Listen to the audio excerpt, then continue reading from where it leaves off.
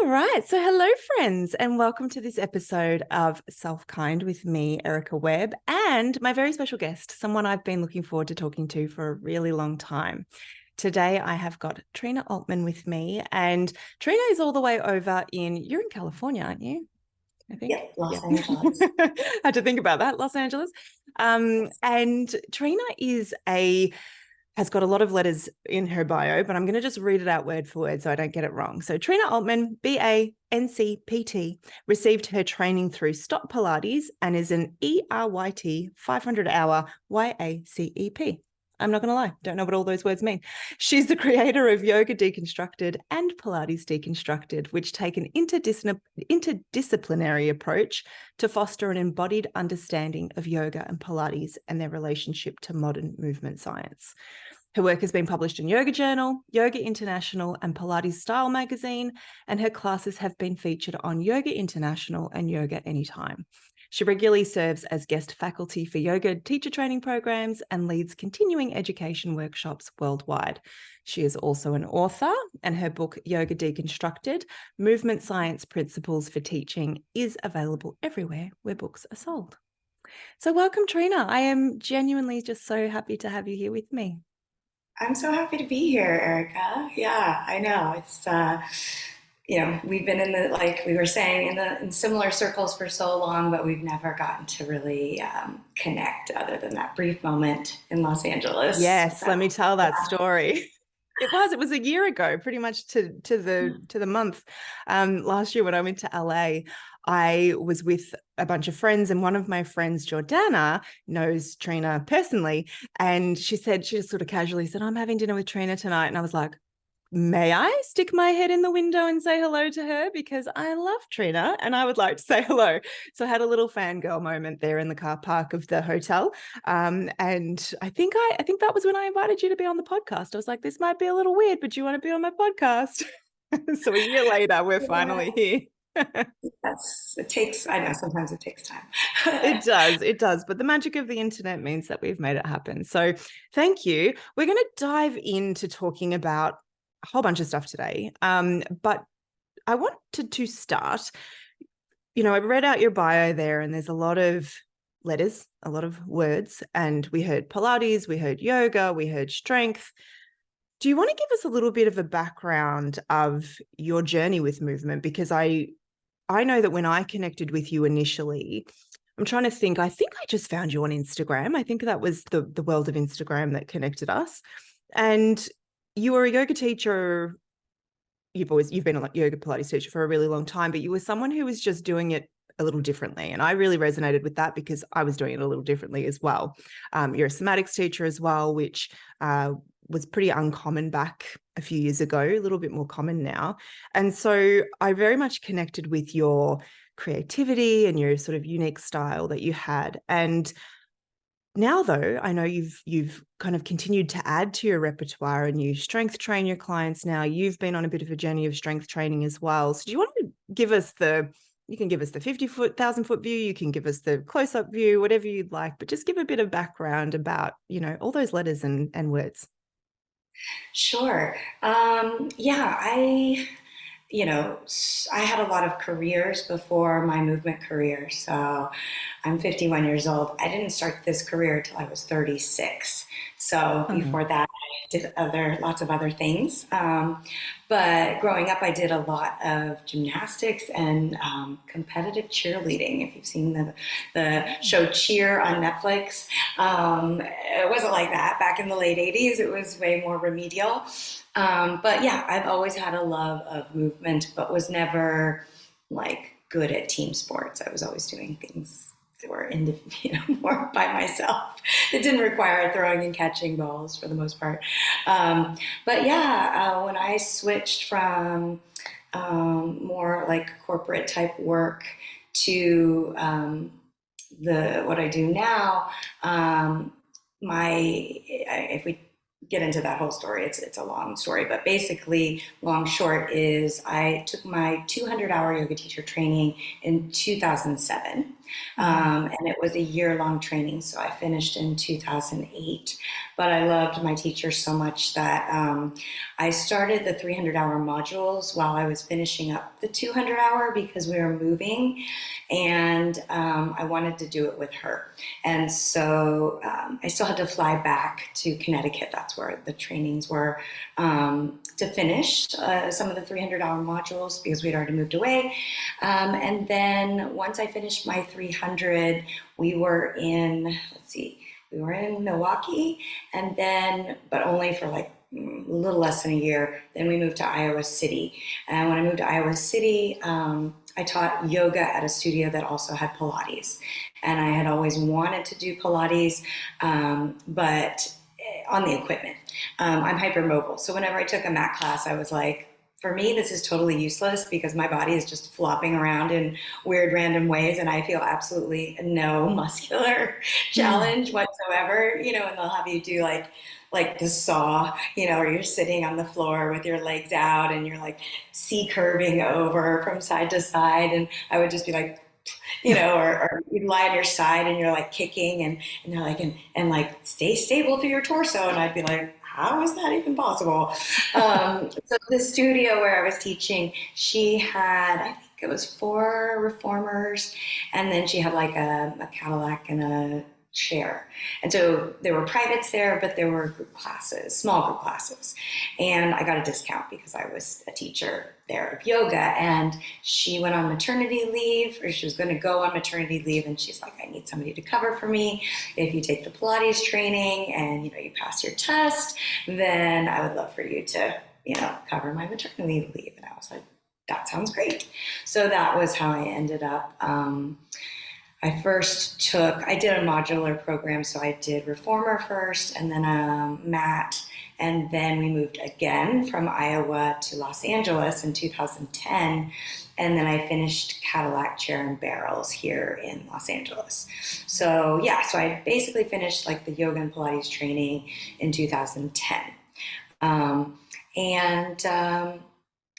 Because of my hypermobility, there were things that, when you're hypermobile, like none of the rules apply to you. You're in a yoga class and they're like, and feel the stretch here. And you're like, I don't feel any stretch here or anywhere, So I knew that there was a lot more to investigate and figure out, and I had a lot of pain in my body. So doing Pilates on the equipment really helped me because of that external load and all the feedback from, having your hands on a bar or your feet in straps, as opposed to just a mat and the floor. And where I taught, when we moved to Los Angeles, I taught at several different places, but I always chose places that were interdisciplinary studios because I wanted to teach yoga and Pilates. And those places also had other things. So the first one had like more TRX and some like boot camp kind of classes. One of them had Yamana body rolling with the balls. And then another place I went to had Feldenkrais classes, which is a type of somatic movement, and gyrotonic and gyrokinesis.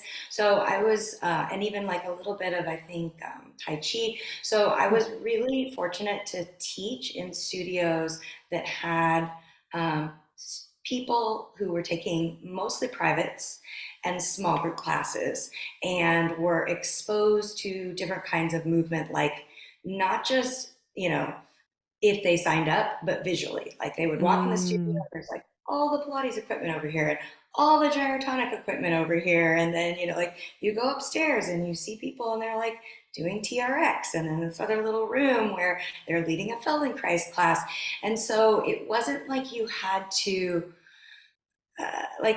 it was a lot of cross pollination, and that like if I had a private client who was taking yoga sessions with me, and I was like, you know what, I think you could really benefit from doing some Pilates, or a Pilates student that was like very rigid, and, Mhm. very like, okay, I'm going to use my core for everything and barely breathe. Like, maybe you should try a Feldenkrais class. I think, I don't know if you'll like it, but I think, it might be just something to explore. And so that was, I get bored very easily. I'm sure I'm too old for like I didn't have like ADHD diagnosis, I don't think really back then. Like if they did, it was just like, oh, that little boy can't sit still in class and is acting up. It was Yes. mostly like a boy thing. Um, so I constantly need to feel like I'm being intellectually challenged and that I'm learning. Yeah. And part of why my previous careers, in corporate world were very not unsuccessful, but kind of unsuccessful, was that I would learn the job and then I'd do the job and I was then bored. And either, I would want to do what my boss was doing and my boss didn't want me to take their job, or like, actually what you're doing is my boss doesn't even look like fun. I don't want to do that. That doesn't seem Yes. aspirational. So that's kind of the background, I guess, on my, framework of why I think I have enjoyed teaching so many different types of movement. Yes. And I think that very much shows up in the way that you teach movement. I think, I sort of alluded to that in the intro, that's one of the things that really drew me to you was that creativity. I've never been a purist teacher either. And like you, I also get very bored very easily, and also had a corporate career prior to being a movement teacher. And I just feel like there's so much we can learn from each other, right, as movement professionals, whatever the discipline. And I've always enjoyed taking like trainings with physiotherapists and other people doing things that are just a little bit to the side of what we know. I am curious though, and like, was it the creative element of the movement world that drew you to it after a corporate career, or was it something else? Absolutely. So I was always an artist, Mhm. and I loved painting and drawing and knitting and sculpture. And in my 20s, I worked in fashion design and textile design, and then I made jewelry, and I had my own jewelry business, and I sold the jewelry to stores. But what happened about when I turned 30, it was pretty much like right on the nose. Mm. I started having a lot of pain in my body. And, so some of it was from, at that time, I had my jewelry business, sitting a lot, making the jewelry, the repetitive movements of that type of work. And so then I was like, oh, well, I'll do other types of art and, even, like say textile design, but it was just the combination of sitting, this was before anything was remote. So, Mm. even if I had a creative job in the fashion industry or a creative job in the textile industry, you still were sitting at a desk for a good 9 hours a day. Like I remember purposefully being like, I'm going to print something even though I don't need to, so I can get up and walk to the print. Yes. Yes, and when you're hypermobile, it's really hard to sit for long periods of time because you don't have that natural tension in your muscles and your Mm. joints. And because you lack that stiffness that people who don't have hypermobility just have automatically, it's really painful to not move around. So I did have Yeah. like a job in fashion where I was in retail, and that was much, much better. But, like other jobs, it had a ceiling where I wasn't really growing. And, Mm. I enjoyed it and I learned a lot and it was very creative. I worked at a store called Barney's, which was very like all the people, the designers in the store were super artsy, eccentric, like avant garde. And I learned a lot of sales skills because it was commission based. But Mm. yeah, so let's see, your original question was yes. So when I realized, okay, I can no longer like sit and make jewelry, I can no longer sit and like cut up textiles and, do storyboards, and because it was still a sitting job, even though it was Mm. creative. The happiest parts of my day with every office job I ever had was the either like hour at lunch that I would go for a walk or Yeah. the hour before or after work that I would go to the gym. Mm. And I knew that that was a problem, like, okay, I'm suffering through every hour of the day except for the hour that I actually get to move and be Yeah. outside or move and, use my body. Yeah. But how cool that you could recognize that too and be like, well, there's an opportunity rather than just ignoring that. So that's pretty cool. Did you know that you were hypermobile at that point? Like, was that something that you'd always known was part of the picture, or was that something that you had to discover through the process of the movement career? Yeah, I mean, I grew up in the 70s, so Yeah. like Nadia Comaneci was the gymnast of the day, and I idolized her. But yeah, no, when we did gymnastics when I was growing up, and even in competitive cheerleading, there was no knowledge of really exercise science, biomechanics. I Mm. mean, physical therapy as a career. I don't think even was like an undergraduate degree until the 80s here in America. Really? And it was just like an undergrad degree. And, Right. let's see, oh gosh, Title IX did happen, which is like the law that says, so the women who are a generation above me, so grew up in the 60s, didn't even participate in, physical education in school or sports Really? because there was no law requiring that, like, if you had a boys soccer team, you also had to have a girls soccer team. It was Mm. like, oh, the boys play soccer and the girls could go like sit in the library, especially if it was like after seventh grade and they were like, oh, you have your period. And, back then there were no Mm. tampons. So, nobody, they were You like, get oh, to I'm going watch. to. Yeah. Yeah, yeah, exactly. So no, it was really more just praised as like, oh, look what Mm. you can do, right? Like this is fun, just like you would watch an ice capades, like figure skater do crazy things with their leg behind their head or whatever. Yeah, it Yeah. was just like, oh, this is a great thing. You should keep doing it. Yeah. Yeah. Well, it fit for what you were doing, right? Like you gymnasts, you're ahead of the curve already if you can, do all the flexi bendy stuff. So that makes sense. You self-select for it, right? Yes, that's right. Because I'm kind of, if you're yeah, not hypermobile, you don't end up doing it because it's too you're not going to hard. get very far. Yeah, that's right. I remember as a kid, I am not at all hypermobile. I'm probably further along the like quite stiff for a yoga teacher. And I remember desperately wanting to be a gymnast though. And every time the Olympics were on, I would sit for hours and stretch and stretch and stretch and stretch.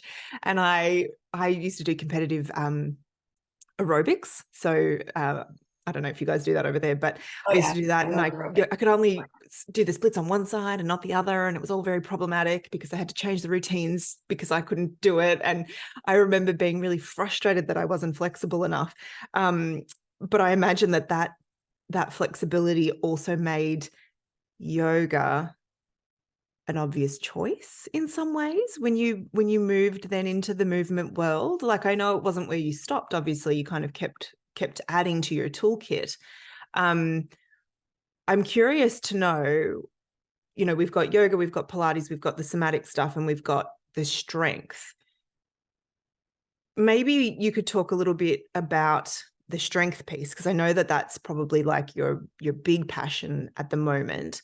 And then I would like to talk about how they fit together, because one of the things that we talked about before we hit record was how we both really like to play with movement and do things that are completely out of, the scope of what we teach. But I would love to go down both of those paths one at a time. So if you want to, talk a little bit about the strength training, because I think you said you've been strength training for like 7 years, but it's a bit newer, isn't it, in terms of your teaching of strength training? I feel like I haven't seen that until like the last handful of years, maybe.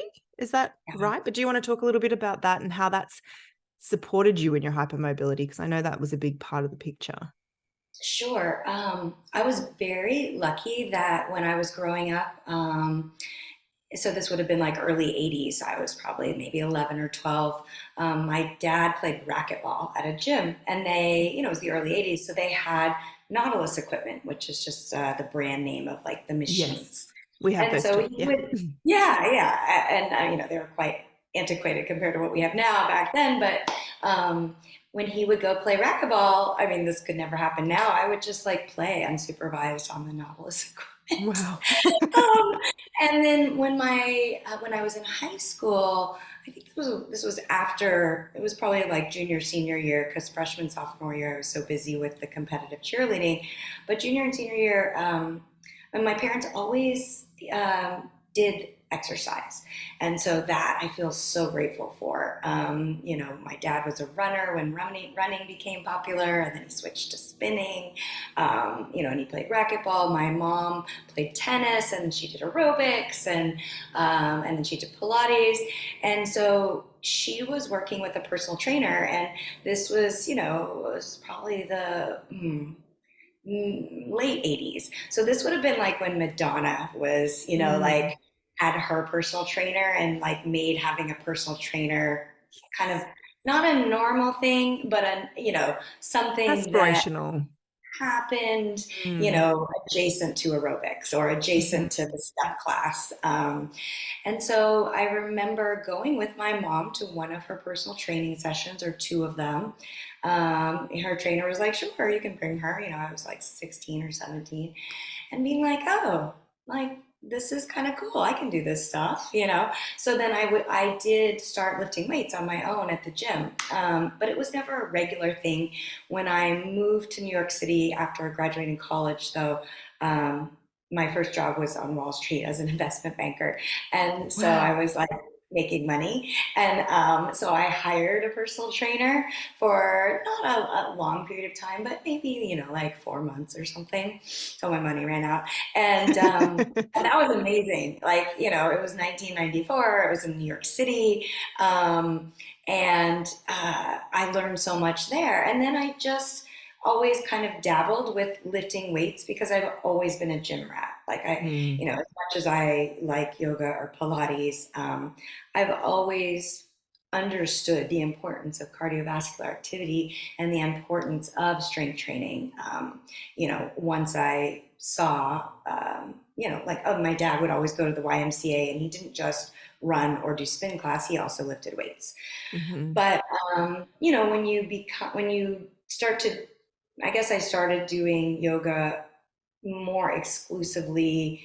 It would have been when I was kind of transitioning out of corporate world into like what's next, and when I was in the corporate world, like doing it for stress relief.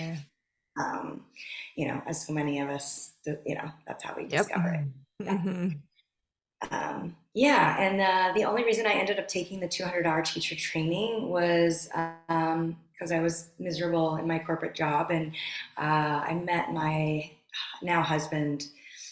I had just turned 30, so it'll be 21 years ago.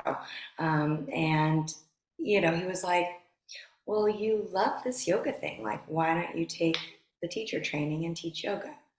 And the way my parents raised me, it was like, no, whatever you do, you have to have health insurance, which is good advice. In the United States, you don't have health insurance unless you have a job with health insurance. And also, like, oh, well, you got this political science degree and your undergrad was $100,000, and like, what's the return on that investment? But, by that time I was probably like, 35, 36. And my husband was like, well, who are you living your life for? He was in residency, so he was, not making a whole lot of money and had a ton of debt, but understood the idea of like, you can go into debt to do something that you're good at, that you'll eventually do well at. Right. Whereas that wasn't how I was raised. My parents would be like, oh my God, like to be a doctor, you go into debt for, for a doctor, $200,000. It's crazy. And so that was kind of the turning point of like somebody telling me, because I was like, oh, well, my parents will die of embarrassment if they have to tell their friends, at a cocktail party that their daughter's a yoga teacher. Because that's kind of just how my parents are. But, again, he was like, oh, are you living your life for yourself or for them? And so that was how the transition began. It was kind of like, okay, I'm going to do something, I loved the fashion and the textiles, but it also was like a corporate job with health insurance. And so Yes. making that jump of like, I'm going to put a yoga teacher training on my credit card that I don't have money for to do something that also doesn't make you very much Much money. money. Yes. I remember the shock when I left a corporate job too that paid quite well to go and do yoga teacher training, and just like with the knowledge that it wasn't going to be a lucrative career. Yes, I hear you on that. It's an interesting one. Yeah. I'm glad you did though, because if yeah, hopefully everyone heard in your bio, like you made a name for yourself what seemed very quickly, like when you tell that story. um I wonder what it was like for you then to transition, or not even transition, because I don't think that's the right word. I don't think you've ever really stopped being a yoga and Pilates teacher, but you sort of talked about that, perhaps the embarrassment of your parents, and I get that. Um, but also the yoga and Pilates worlds can be a little bit like that too, right? Where it's sort of like you are a yoga teacher, you are a Pilates teacher, you do these things, you don't do those things. I've never subscribed to that. I know you really haven't either. But did you find that continuing to add, and particularly the strength training, was there any element of like, how do I shift my identity with this? Do I have to explain myself? How do I, because you are a big name really in the yoga and Pilates world. People know who you are. So I just wonder what that was like for you. Yes, yes. So, what happened was, when we moved to Los Angeles in 2010, I was a brand new teacher. Mm, And I worked at these interdisciplinary studios, but I also taught at Equinox, which is a gym. mhm, And so I have never taught a yoga, like regular yoga weekly classes at a yoga studio. mm, I know it sounds kind of crazy, but I haven't.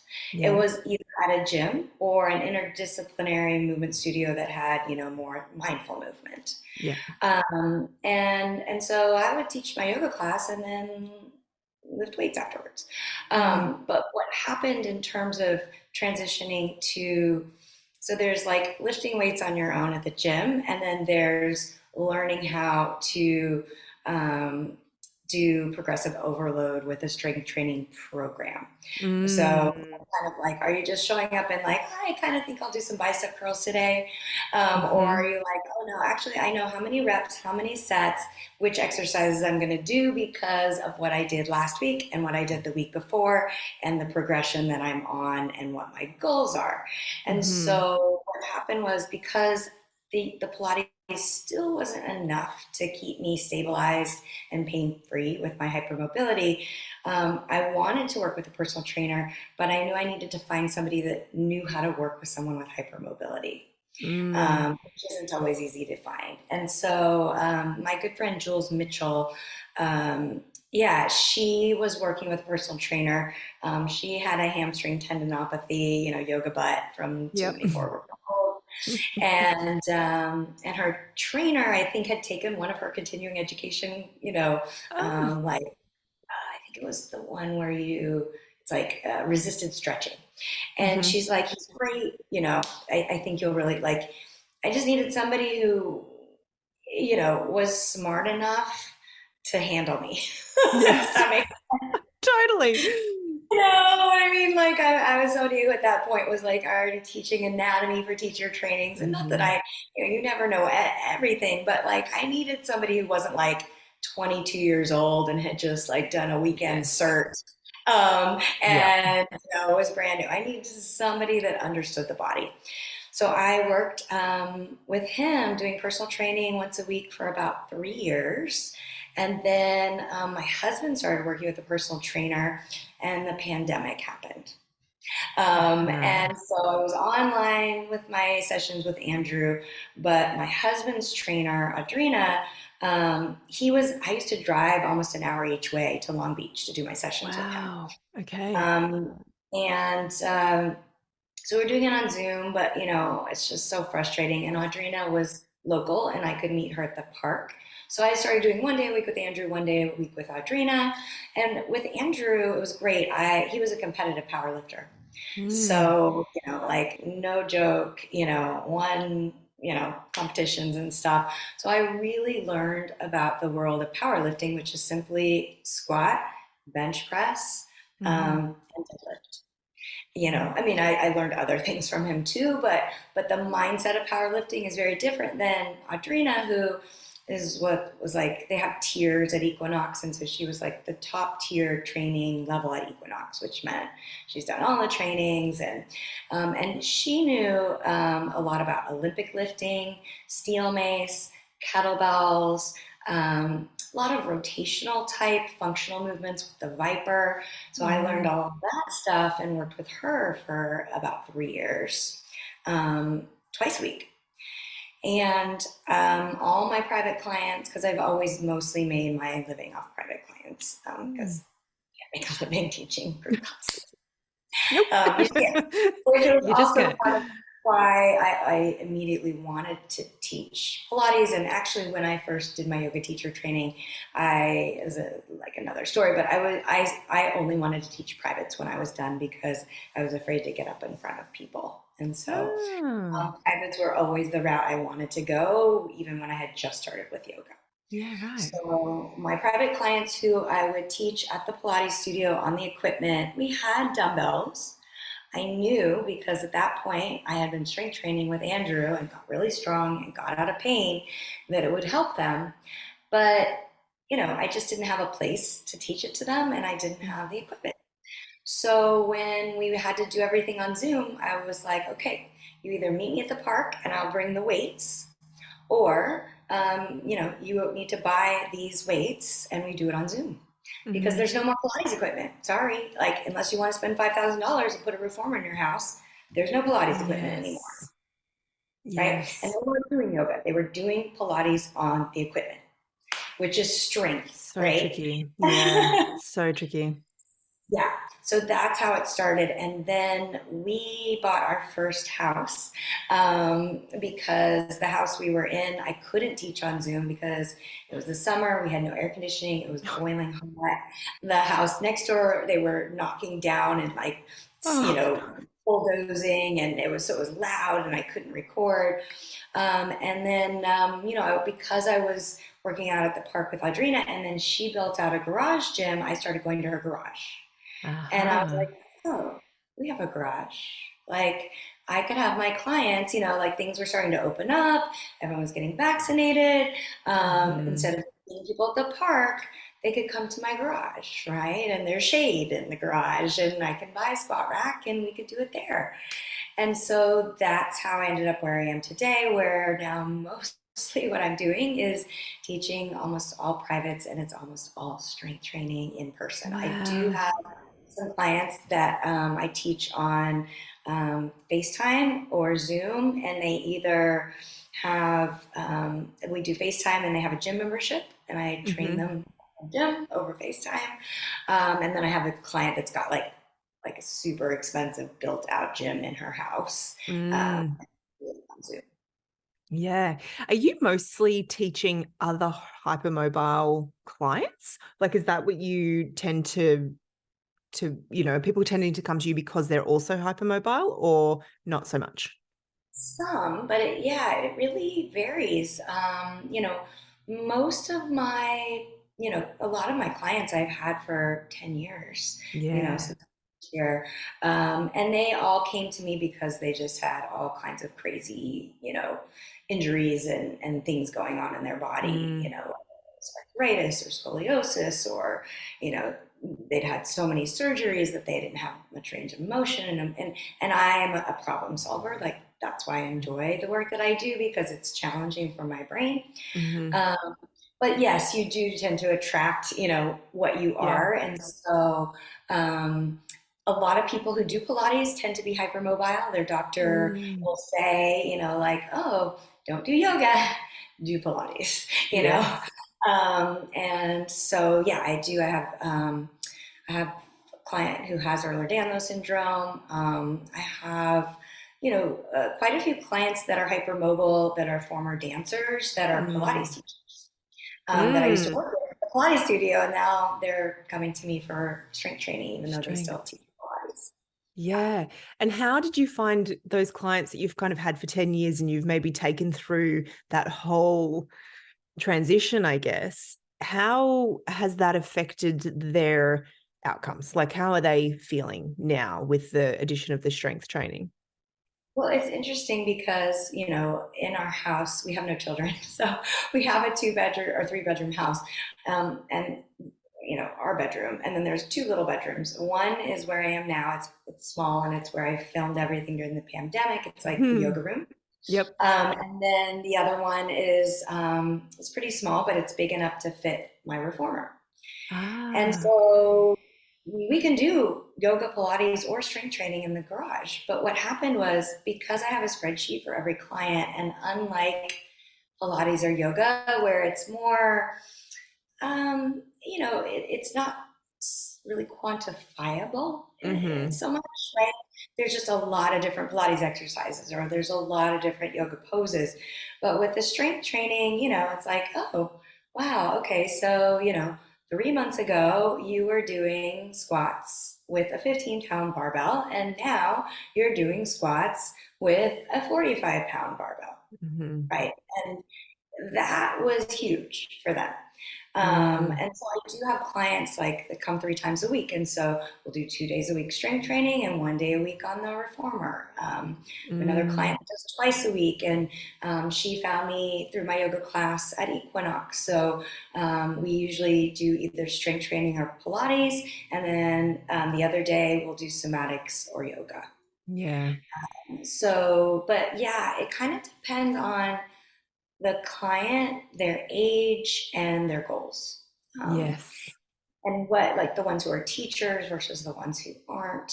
Yeah. Because some of my clients do so much movement outside of seeing me. And of course, they're the ones that have the best outcomes. And then I have the clients that really, it'd be like me going, okay, I know I need to do my taxes, but I'm horrible at math. And that's like the last thing on the earth I ever want to spend my time doing. So I'm going to pay somebody who's good at taxes to do my taxes. So that those are, those clients, they're like, they show up, they do their 1 hour a week or 2 hours a week, sessions with me, and don't do a whole lot outside of it. I encourage them to do more. And so I would say, yeah, a lot of those really stick to the weightlifting because they either enjoy it the most, or they see that they're getting the most out of it. And also they've done Pilates with me for the last 7 years. So, yes. I find that so, I love what the direction that's going in, because one thing that I find so often, just in general, and is this idea that we're sort of just like looking for the one thing, in whatever realm of our life we're trying to sort of navigate. It's like, well, I haven't found that one thing yet. And the older I get and the more experience I have, the more I'm like, I don't think there is one thing. I think it's a collection of things that serve different purposes. And, you talked a little bit earlier about the yoga practice kind of beginning as a thing for stress relief. And at some point, I think the world of yoga has just assumed it has to fill all the boxes. It has to be the thing that ticks all the movement boxes.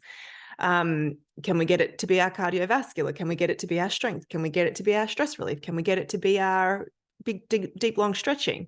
And it's like, probably not, and so I love hearing you talk about, those clients that perhaps are coming 2-3 times a week, how you're kind of giving them this more holistic, I guess, approach.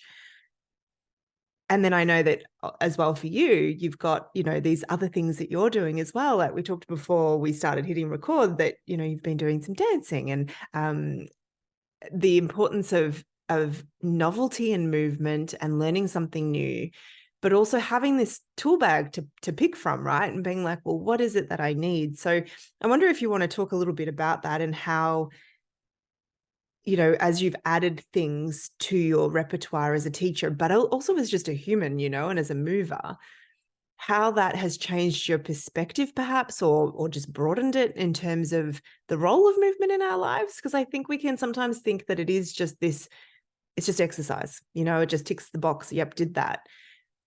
but I don't think that's really your approach to movement. I know it's not mine either. And I would be curious just to hear some of your thoughts around that. Yeah. I mean, I think we all exercise for all different kinds of reasons. We all pick different types of movement methods for different types of reasons. And yeah, it's just interesting because we're going to pick something that we enjoy, and we should.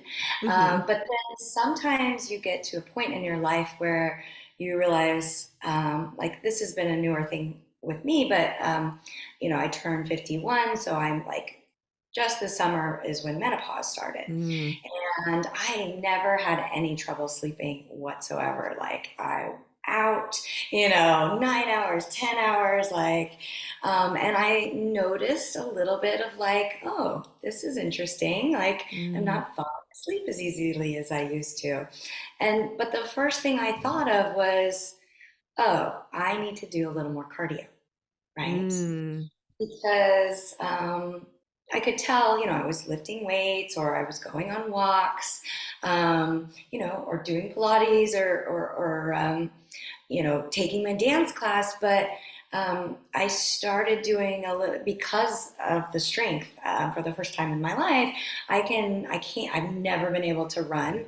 It always like I get shin splints, I get side cramps, like just, with the hypermobility, it was not really a thing, but I think I was trying to run like people run, like, oh, you go on a 1 mile run, you run for 30 minutes. And then because of all of what I know now, I was like, oh, I could go on the treadmill and like try to run for 20 seconds and then walk for 3 minutes. And run for another 20 seconds and walk, and it was like that mind shift. I wouldn't have ever even been exposed to interval running, and like running on the treadmill is a little bit easier because the belt kind of propels you forward.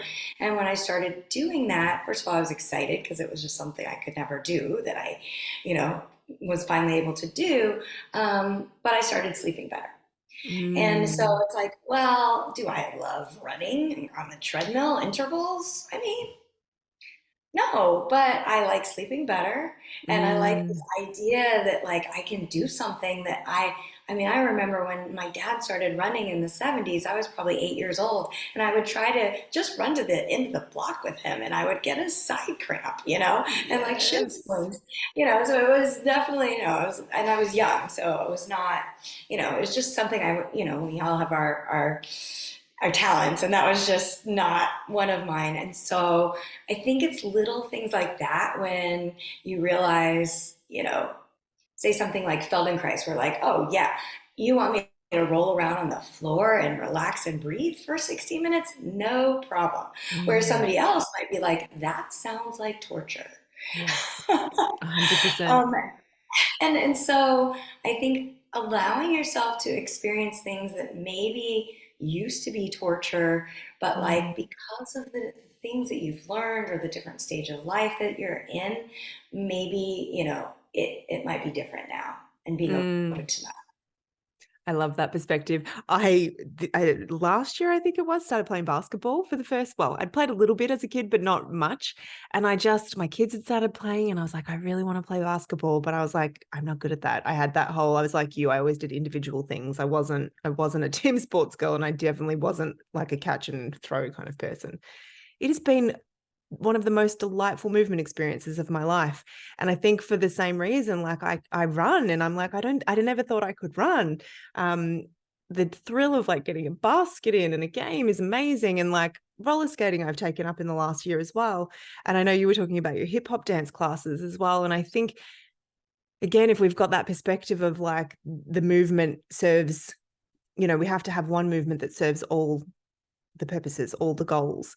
We really do ourselves a disservice, don't we? Because the joy that we can get from, maybe it's not running on a treadmill, but that helps you sleep. But then you go to dance class, and that is joyful, and it's that learning experience and trying, something that's different and perhaps a little out of your comfort zone.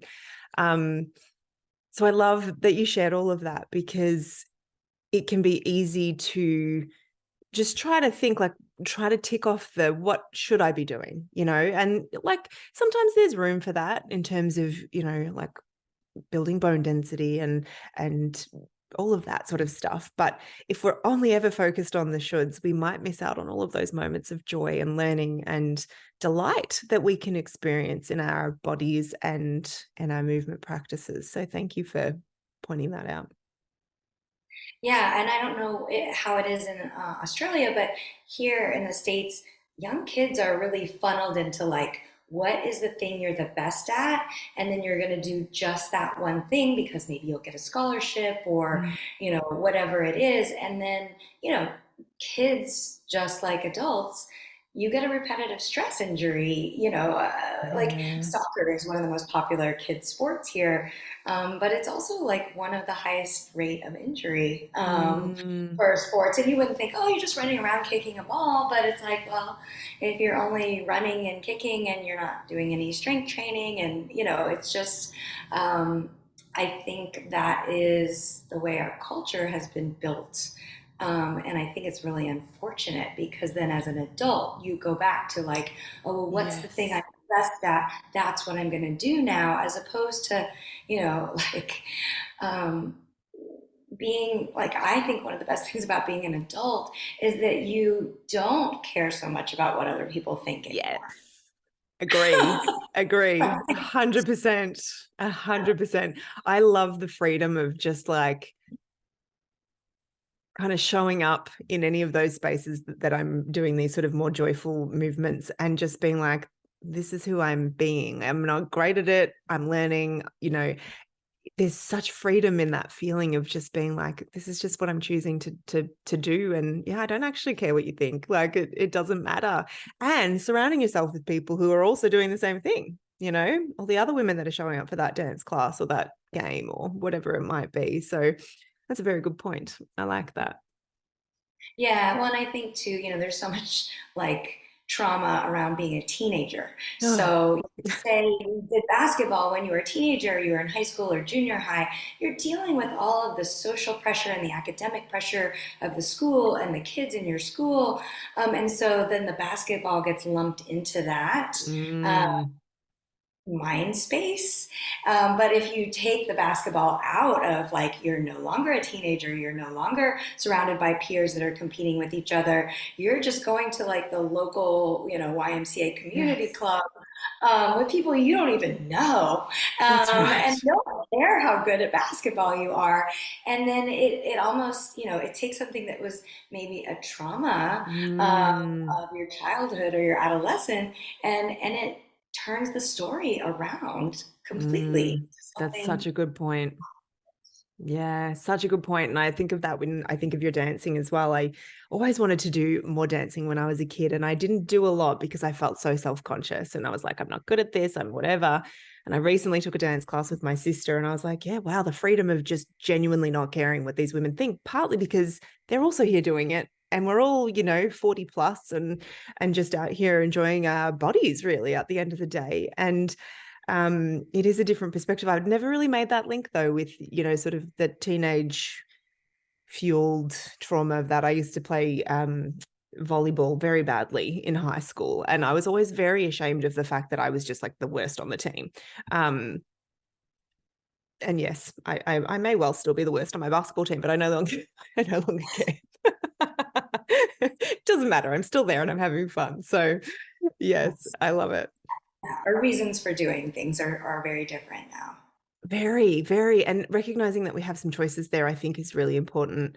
I'm curious. I'm looking at the time and I definitely want to be respectful of your time, but I do want to ask you one more question, which is for the people listening, strength training can seem kind of daunting, and a little intimidating, and sometimes maybe even feel like, oh, maybe that ship has passed.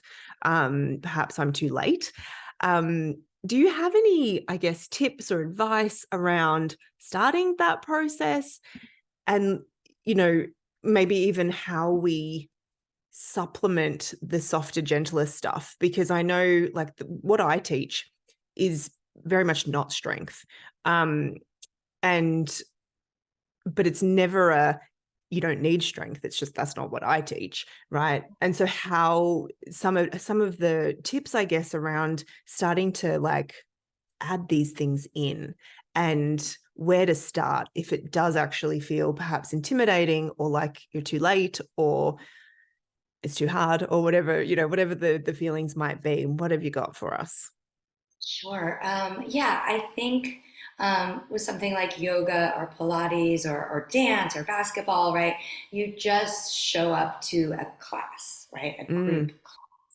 Although with Pilates, I'm not sure how it is in Australia, but here in the States, when you would do Pilates on the equipment, now it's changed. And there are studios with like 20 reformers and 20, towers and window chairs, but that wasn't really until like the last 5 years. You would need to take private sessions. And private sessions can be costly. But to me, therapeutic movement is therapeutic because it's individualized, right? And it's not to say that you can't go to a group class and feel that it was therapeutic, but if you've never had a movement experience that's individualized, it's hard to know what you're missing, in the sense that, people open up an anatomy book and they go, oh, we're all the same because the pictures all look the same, right? Or, you bring the skeleton, and the skeleton is like a plaster cast of like one male person that they plaster cast, but everyone thinks that like, oh, that's how I look. That's how my bones look. That's how you're like, no, like that's only how that man's bones look. Like no women's bones even look like that because the pelvis is different. And, yes, trying to find a female skeleton is like trying to find hen's teeth. Impossible. Yeah. So imagine like if you went for your annual physical with 25 other people. Yes. Right. Or you went to get, your teeth cleaned with 25 other people. What kind of job do you think you would get? It would be kind of shoddy. And so if you really want to learn about your body, I think, whether it's a private yoga lesson or a private Pilates session or with strength training, yes, sure, you can take a group class. And when you walk in the group class, they'll say, grab some weights. You don't know are we doing bicep curls or are we doing squats? Are we doing rows or are we doing overhead presses? Right? Like, are we doing 50 reps or are we doing 5 reps? So it's always going to be the same as like showing up for your annual physical with 20 other people to the doctor. And I always am like, anything is better than nothing. So like, learn however you want to learn, and people are on a budget, so I totally understand. But you can, the information is there and it's free. Yes. So say you're like, I want to learn how to squat. Well, you go on YouTube and you pull up a squat video and you listen, and there's, endless tutorials on, how to do a squat with a dumbbell versus a kettlebell versus a barbell. Or you hire a personal trainer, which is what I did. I think everyone learns in different ways. There are people who are like, oh yeah, I can learn everything self-taught from books and videos and online courses. I learn best in that mentor-mentee one-to-one relationship. Yeah. And so I think once you figure out how you learn best, that's the avenue you should pursue, because you can buy a strength training program, for very little money, and it'll tell you how many reps to do, how many sets to do, how much weight to do, but it's a generic one size fits all program, right? Yeah. You're going to have to figure out, like, it might say to do this much weight, that you need to do more or less. And if you can't figure that out, that's where you would hire somebody to help you. Yes. Perfect. I love that advice. Thank you. Now, where can people find you? I mean, I know you're all over the place, but where can people find you if perhaps they are actually local, maybe? Maybe they are just on the other side of the world like I am. How can people find your work, connect with you, see all the wonderful things that you're up to? Everything is on my website. So all my online courses, continuing education, my contact information, my Instagram, email, all of the articles I've written, the information on my book. It's all at trinaaltman.com. Easy. And I'll put that in the show notes. Anything else that you want to share with us? Anything you want to reiterate? Anything you want to say before we say goodbye? I guess just that, we talked a little bit before we hit record. I've spent a lot of time in therapy, and a lot of that therapy was somatic psychotherapy. And I think that sometimes that is often the missing piece, right? And, sometimes we think, oh, well, I've done yoga and Pilates, but I have not done strength training yet, or I've done, strength training, but I haven't done this other type of movement.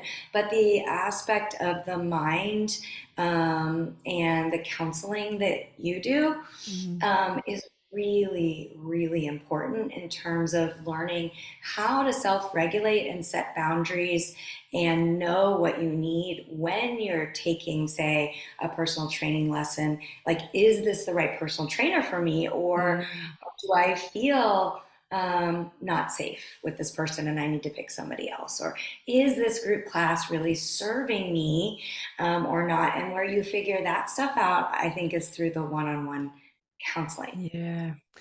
Thanks for that little plug. Didn't I even know, ask you to do it. well, it's In just, I've done general. it.